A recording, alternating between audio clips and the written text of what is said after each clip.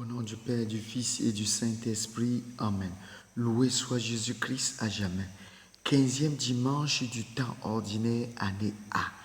Dieu qui montre aux égarés la lumière de la vérité pour qu'ils puissent reprendre le bon chemin, donne à tous ceux qui se déclarent chrétiens de rejeter ce qui est indigne de ce nom et de rechercher ce qui lui fait honneur. Genèse chapitre 1, verset 3.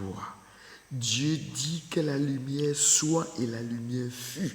La parole de Dieu est efficace. Elle produit toujours ses effets. C'est ce que va nous dire la première lecture de ce 15e dimanche du temps ordinaire, année A. Isaïe chapitre 55, versets 10 à 11. Le prophète utilise l'image la plus observable pour un cultivateur. Ainsi parle le Seigneur. Ainsi parle le Seigneur. C'est le Seigneur qui parle à travers la bouche du prophète. C'est le Seigneur qui parle à travers la bouche du consacré. Ainsi parle le Seigneur. La pluie et la neige qui descendent des cieux n'y retournent pas sans avoir abreuvé la terre, sans avoir abreuvé la terre, que la pluie de bénédiction qui tombe sur toi n'y retourne pas sans avoir abreuvé ta vie, sans avoir abreuvé ta vie, sans avoir fécondé ta vie et l'avoir faire germer de grâce et de bénédiction. Ainsi, ma parole, le Seigneur dit ainsi, ma parole qui sort de ma bouche ne me reviendra pas sans résultat. La parole de Dieu ne peut pas revenir à Dieu sans résultat, sans avoir fait ce que le Seigneur veut dans la vie de tout être humain, dans la vie de tout homme et de toute femme, sans avoir accompli la mission de la parole. La parole de Dieu accomplit toujours sa mission. La parole de Dieu réalise toujours la volonté de Dieu. La parole de Dieu est une force qui réalise ce qu'elle dit. Sa parole n'est pas vide. La parole de Dieu n'est pas vide. Elle n'est pas stérile. L'efficacité de la parole de Dieu s'accomplit toujours, sauf si nous avons une disposition du cœur et de l'esprit. Et le psaume d'aujourd'hui et le psaume 64, c'est la réponse de la terre. C'est un chant qui fait le lien. Tu visites la terre et tu l'abreuves. Tu la combles de richesses. C'est la liturgie agricole. Dieu prépare la terre avant le semeur. La deuxième lecture, Romains chapitre 8, versets 18 à 23. La terre qui souffre, la terre n'est pas un sol neutre.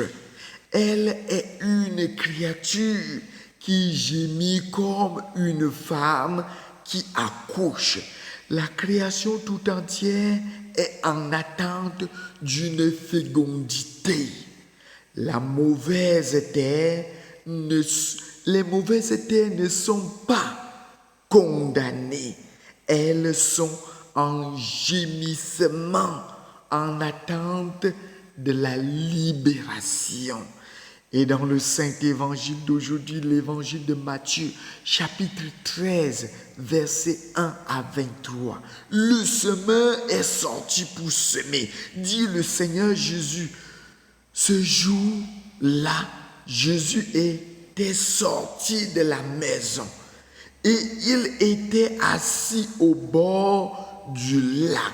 La foule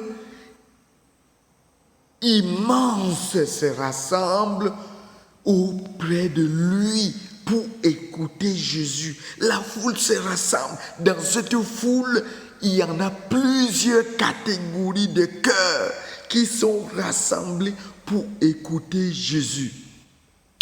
Jésus raconte cette parabole. Le semeur est sorti pour s'aimer. Qui est le semeur? C'est Dieu qui sort pour s'aimer. Et qu'est-ce que la semence? La semence, c'est sa parole. C'est sa parole qui descend et qui rejoint les cœurs, les esprits. Le semeur qui gaspille sa semence. Dieu est ce semeur qui gaspille sa semence dans la vie de chaque être humain. Le semeur sème à la volée. Dieu sème à la volée partout. Même là où on pense que ça ne peut pas pousser, ou là où on pense que ça ne vaut rien de prêcher la parole de Dieu, là où on pense que les cœurs sont endurcis, là où on pense que c'est les cœurs qui ne peuvent jamais changer, Dieu sème toujours sa parole, là où il veut, comme il veut, quand il veut, à l'endroit où il veut. Dieu ne juge pas comme les hommes jugent. Dieu ne pense pas comme nous. La pensée de Dieu n'est pas nos pensées. Mon frère, ma soeur, Dieu sème sa parole partout. Il donne l'occasion à tout être humain de recevoir sa parole. De recevoir sa parole. Dieu fait tomber sa pluie partout. Il ne sélectionne pas d'endroit. Les 4 terres sont en nous. Les 4 terres sont en chacun d'entre nous. Ce n'est pas 4 catégories de personnes, c'est 4 états de notre cœur, de notre âme et de notre esprit. Dieu jette la semence partout, sur le chemin, sur les pierres, sur les ronces, sur la bonne terre. Dieu ne t'abandonne pas, mon frère, ma soeur. Ne dis pas que j'ai un cœur asséché, j'ai un cœur très dur, j'ai un cœur qui balance dans les rues. Mon frère, ma soeur, Dieu te donne l'occasion de goûter à sa parole. Dieu ne te sème pas parce que tu as une bonne terre. Dieu sème tous les terres, quelle qu'en soit la catégorie que tu vis, quelle qu'en soit la situation que tu traverses, quels qu'en soient les problèmes que tu traverses. La pluie ne demande pas la permission au sol. Elle rend la terre féconde. Si tu te sens chemin piétiné par les hommes, si ton cœur est comme un chemin piétiné par les hommes, piétiné par les situations, que la parole de Dieu, les grâces de Dieu sont picorées par les oiseaux, par les hiboux, par les oiseaux hiboux, par les situations que nous traversons dans le monde d'aujourd'hui. Le Seigneur te dit aujourd'hui que la pluie qui tombe n'y retourne pas sans avoir fécondé, que la parole qui sort de sa bouche n'y retourne pas sans avoir abreuvé ta vie, mon frère, ma soeur. Toi, que ton cœur est devenu comme un chemin piétiné, très dur, que encombré aujourd'hui, n'est pas une condamnation pour toi. C'est une visite que le Seigneur te visite. Que le Seigneur te visite aujourd'hui. Tu visites la terre, Seigneur, et tu l'abreuves. Que le Seigneur te visite aujourd'hui, mon frère, ma soeur. Que le Seigneur t'abreuve aujourd'hui, mon frère, ma soeur. Que le Seigneur te comble de ces richesses de sa parole, mon frère, ma soeur. C'est ce que le psaume d'aujourd'hui nous dit. Regardons les 4 catégories de cœur que le Saint-Évangile parle aujourd'hui. Première catégorie de cœur, le chemin. Le chemin. Le cœur saturé. Le chemin, c'est un cœur saturé. Où on entend tout. Où on entend tout. Où on ne retient rien. Le cœur est dehors. Le cœur est un chemin, le lieu de publicité. Le cœur est un lieu de publicité où on ne peut rien retenir. Trop de bruit, trop de blessures. La graine est volée par les oiseaux qui picorent. Il y en a beaucoup des oiseaux qui picorent la grâce de Dieu dans ta vie. Que le Seigneur tape la bouche de tous ceux qui picorent la grâce de Dieu dans ta vie aujourd'hui et que tu reviens au Seigneur, mon frère, ma soeur.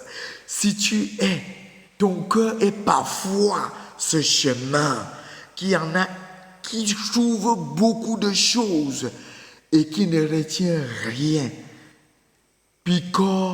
Ceux qui picorent ta vie, ceux qui picorent tes grâces, que le Seigneur puisse abreuver ton cœur.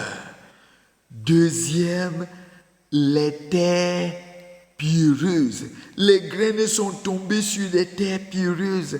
Ce sont les cœurs enthousiastes. Les cœurs enthousiastes. Ils entendent la parole de Dieu. Ils écoutent pour un moment. C'est l'émotion. Ils sont dans la joie. Ils vivent dans l'émotion temporaire. On dit oui. On dit oui à un certain moment. À un certain moment, on commence à dire non. On commence même à douter. C'est le mariage du oui-oui. Du oui-oui du maintenant. C'est la consécration du oui-oui de maintenant. C'est la maîtrise du oui-oui de maintenant. Mais après, quand vient le moment d'épreuve, alors on abandonne tout. On commence à douter de son engagement. Épreuve où on lâche tout, on quitte tout. Savoir gérer les temps, les moments de sécheresse, savoir gérer les contradictions. Qu'est-ce qui sèche ma vie? Qu'est-ce qui sèche ta vie? Qu'est-ce qui bloque ta vie d'évoluer, mon frère, ma soeur, pour que les grâces de Dieu ne germent pas dans ta vie? Mon frère, que le Seigneur adoucit ton cœur et ton esprit pour que la parole de Dieu accomplisse ses effets dans ta vie. Amen.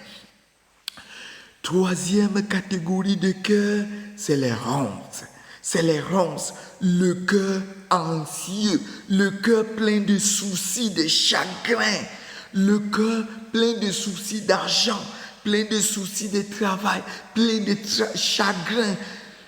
Les choses ne marchent pas, plein de comparaisons. C'est le cœur plein de ronces, les ronces qui étouffent, l'inquiétude, la peur. Qu'est-ce qui encombre ta vie? Qu'est-ce qui étouffe ta vie? Qu'est-ce qui sèche ta vie, mon frère, ma soeur? Confie cela aujourd'hui au Seigneur. Regarde, le Seigneur vient aujourd'hui pour te rejoindre. Ne pense pas que parce que ton cœur est dur, que le Seigneur ne peut pas ramollir ton cœur, mon frère, ma soeur. La quatrième catégorie, c'est la bonne terre. Le cœur qui comprend, celui qui entend et comprend. La foi vient de ce qu'on entend. La compréhension est le témoignage de ce qu'on vit. Les fruits sont progressifs. On nous parle de 100, on nous parle de 60 et on nous parle de 30 pour 1. Quand le cœur entend et comprend, elle devient productive. Saint Paul nous disait à la deuxième lecture, Romains chapitre 8, versets 18 à 23, nous console. Si tu gémis, mon frère, parce que ton cœur est comme un chemin, si tu gémis parce que ton cœur est comme une pierre, si tu gémis parce que ton cœur est comme des ronces, tu n'es pas stérile, tu es en travail, d'enfantement. La création, elle gémit avant de porter du fruit. Ton gémissement dans la prière va porter du fruit. Ton gémissement dans la prière va porter du fruit. Et le Seigneur continue à nous dire, celui qui a recevra encore. Et celui qui n'a pas se fera même enlever le peu qu'il a. Parce que toi, le peu que tu as, tu négliges cela. Le peu que tu as. Sache-le fructifier, mon frère, ma soeur. Ne tombons pas dans les comparaisons. Le Seigneur dit, il les regarde, mais il ne voit pas. Mon frère, ma soeur, à toi qui a été révélé aujourd'hui de comprendre le mystère, parce que c'est Jésus lui-même qui explique la parabole, l'allégorie. C'est Jésus qui nous explique la parabole, l'allégorie de cette parabole. Que le Seigneur vous bénisse et vous garde, qu'il vous découvre sa face et vous prenne en pitié. Que vos cœurs, qui sont comme des chemins, deviennent des cœurs féconds, des bonnes terre, que vos cœurs qui sont comme des pierres que le Seigneur ramollit, car avec le bâton de Moïse, il a frappé le rocher et de l'eau en jaillit sur les rochers. Que vos cœurs qui sont comme des ronces étouffées par des situations de la vie qui détruit votre vie, que le Seigneur vraiment détruit ces ronces, qu'il laboure vos cœurs, et travaille vos cœurs, parce que c'est ça que le psalmiste nous a dit aujourd'hui, que le Seigneur laboure vos cœurs, que le Seigneur vous bénisse au nom du Père et du Fils et du Saint-Esprit. Amen. Je viens du deuil de mon grand frère Njombo Jules, j'ai perdu la voix. Pardon, excusez-moi pour cette prédication aujourd'hui qui n'est pas à la hauteur de votre compréhension.